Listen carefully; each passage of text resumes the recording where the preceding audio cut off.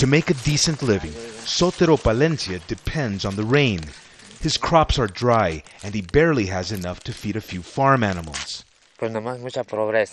Now there's so much poverty and hunger, because if we don't have corn, we don't have food. So now I have to go out and try to buy tortillas and beans to feed my family.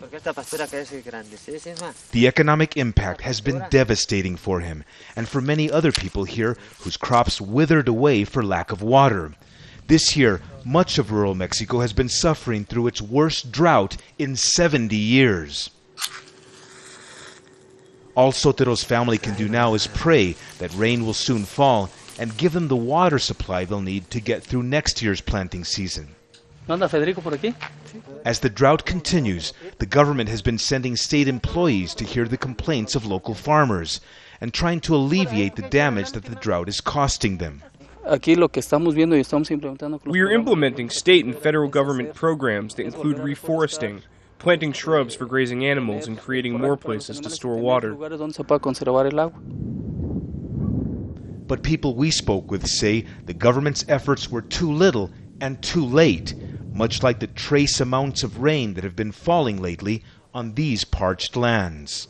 Late-coming rainfall did fill up this dam, but this is only enough water to be used by some of the families who live here in the area in their households. It's not enough water to irrigate the crops that small-scale farmers depend on. The effects of the drought are becoming increasingly apparent, and many here believe that rural Mexico is suffering the consequences of global warming. This opposition congresswoman says the state government has reacted poorly to the disaster. The public policies of the state government have not helped agricultural workers or ranchers.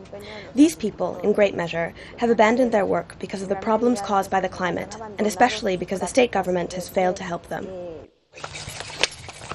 With no harvest this year, there's no income for these farmers, and many have left for regional cities or have immigrated illegally to the United States. Here, if there's water, there's life. For us small-scale farmers, rain is like money falling from the sky. Now, he can only wait and hope that these clouds finally bring some relief. Franc Contreras, Al Jazeera, Temascalito, Mexico.